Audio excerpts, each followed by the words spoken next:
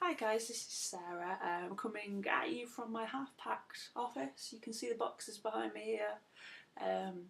Hoping to move by the end of the month, so things might be in kind of disarray for a little bit as I kind of do these vlogs with boxes flying around in the background and whatnot. So today I wanted to talk a little bit about resistance. That's kind of come up for me pretty big style today in my own life, so I figured it would be a good thing to talk about it now. There's usually kind of two distinct types of resistance that I find come up for me, and I've seen and heard to come up for other people as well. The first sort of type of resistance is that kind of really kind of heavy feeling in the pit of your stomach and your gut. You know, if you've got kind of a situation where it just doesn't feel right at all, and it kind of feels heavy in the pit of my stomach when I get that particular type of resistance. I don't get that feeling with the other type of resistance I'm going to talk about, but in this case I get that heavy feeling, and it also sort of brings up feelings mainly of guilt as well. So that's probably the primary feeling I'd attribute to this first type of resistance, is guilt. This really kind of heavy feeling is guilt. Just generally feeling as well like out of alignment. When your gut gives you that message and goes, look, this isn't right. It may seem right on paper, or it may seem right logically, but no, it's not right. Often so the guilt will come out of this resistance, usually because either you think you should be doing whatever it is that you're resisting, or you feel, or it's made apparent that other people expect you to be doing this thing that you're resisting. Another reason that this kind of guilt can come up from this particular kind of resistance is that you've violated what we call your own personal boundaries. So, maybe you've agreed to go to a friend's party, who you kind of loosely know and you don't really want to go, but you couldn't say no. Maybe they asked you outright and you just couldn't say no, and because of that you're now feeling that kind of resistance because you don't want to go and you'd rather watch paint dry, and that makes you feel guilty. And that's come about because you've kind of violated your own personal boundary there and not put that boundary up and said, no, sorry, I can't go to this, or I'm not available at this time, or whatever happens in that situation. So these kind of things are triggering the guilt to come up in this kind of resistance. And what often happens then is, from feeling guilty about resisting this situation, person, thing, that can then manifest into a sort of form of depression, where we can begin to feel really kind of lethargic. You can also get physically tired. I do that. That's why I'm looking kind of drowsy this afternoon. It can manifest physically, and there's a general feeling of kind of apathy as well. So sometimes you feel like you've got to do this particular situation, or you've got to go here, or you've got to talk to this person, and you don't want to. There's clearly resistance there. It doesn't feel right, or it doesn't feel in a situation that doesn't feel in alignment with what you want, or what your desires are, and then brings up the guilt. Then that manifests into this kind of apathy and tiredness and kind of, oh, life's got me by the balls kind of thing. Just kind of lie back and like a wounded animal. Sometimes you see people kind of like wounded animals, like, oh, I have to do that. But it doesn't have to be like that. I mean, if you get to that kind of apathetic stage, you then kind of tend to shut down. You kind of begin to shut down, and then there's no obvious action then being taken at this stage. You know, you may have been, if it's say career based, you may have been pursuing something with gusto before, and then suddenly you feel like you have to go and do situation over here, and well, that doesn't feel in alignment, and then you feel guilty and think, well, like, yeah, but I better go and do this situation. Then that's bringing you down, and then you're feeling kind of pathetic, and then that means that actually you start to shut down a bit, then nothing's getting done. Even with the path that you do feel like you're supposed to be on, you're now feeling too apathetic to kind of go down the path you want to go down. So this can all sort of spring out of a situation that you're resisting, that just feels in your gut that you're not in alignment with. So that's the first kind of reaction to resistance. The second type of reaction to resistance is a little bit different.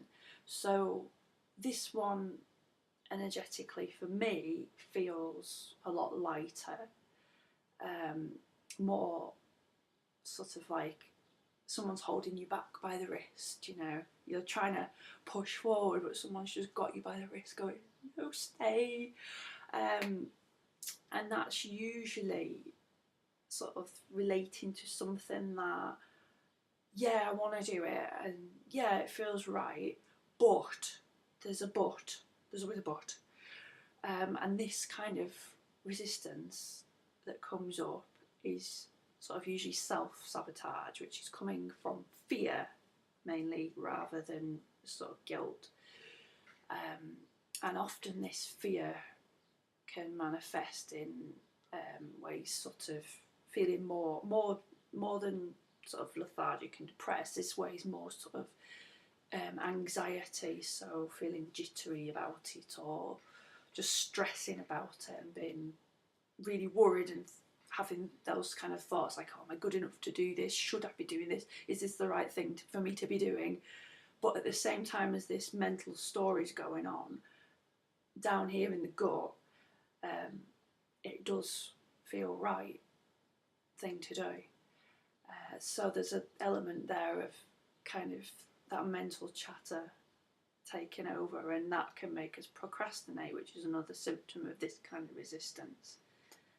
Procrastination, so going and organising your pens or putting tasks off. You know, you might have an idea of what you want to do, your life purpose, but the actual concrete steps that you need to implement, you might be putting off because I've compared myself to other people. I don't know if it's good enough. I don't know if the world wants to see it. I don't know if it's any good. I should probably just not bother, and all that crap. And then this kind of resistance is usually sort of a disharmony between what your desire is, or you're following your passion, what your desired outcome is, a disharmony between that and then your beliefs about your ability and your worthiness. This type of resistance can also be related to divine timing. So, you know, maybe it's not just necessarily about you and should you be doing it. It can also be more about divine timing in general as a whole. So if everybody's ready for what you're going to be doing, or if another piece of the puzzle maybe isn't in place yet and that just needs to fall in before you can forge forward. So as you begin to get more in touch with how you feel physically, mentally, emotionally when things come up for you, and as you begin to get more in touch with how your emotions make you feel on various levels, you can find that resistance, both types of resistance, can teach you whether you're in alignment with something or not, and that's pretty good because it's good to know whether you're in alignment with something or not before you go and charge off down a path. So you might think that an idea might come in that seems fab, and you could kind of run with that, but kind of in your gut not feel necessarily like it's the best direction to be going in. And that's where the resistance that comes up can just say, whoa, just stop here. If you charge off down this road, you might make things a whole lot harder for yourself. The final point then, if we can determine these two types of resistance and find out whether we're in alignment or not, okay, so then what do we do? The key is with resistance is that you can allow yourself to feel that. So don't resist resistance, basically. If you focus on feelings that are attributed to your desires and attributed to the end result that you want to have. So how do you want to feel? What situation do you want to see yourself in? What job do you want to have? Where would you rather be on a Friday night if you're not going to be at this party? How do you feel in the situation that you want to be in? And that's what we've got to focus on, because that then is what we will attract. So there will be situations that will come up where we just don't really want to do them at all. But if we can just sort of reframe our way of thinking and kind of step out of the picture, take us out of the picture, out of the situation a little bit, and just kind of step back and say, okay, well, I don't know what's going to happen in this situation for a start. It could manifest and work out completely differently to how I think it could. Otherwise, I'm just going to let that situation be that situation, and I'm going to focus on how I want to feel and the outcome that I want. So I'd love to know if you feel kind of a similar way as I do when you get resistance coming up. Can you feel sort of the two different types of resistance? Do you have that kind of lighter feeling of resistance where it's probably just your self-talk trying to put you off, or you're procrastinating a bit, compared to the resistance of, whoa, this is not right, what am I doing? No. Hell no. So I'd love to know if you kind of feel it in that same way as well, or if you feel it in maybe another way. Just let me know in the comments below, and I will be going off now to be with my resistance but not resist it. So I hope you have a great week, and I'm going to probably try and do a few more vlogs in the next couple of weeks and post them up soon.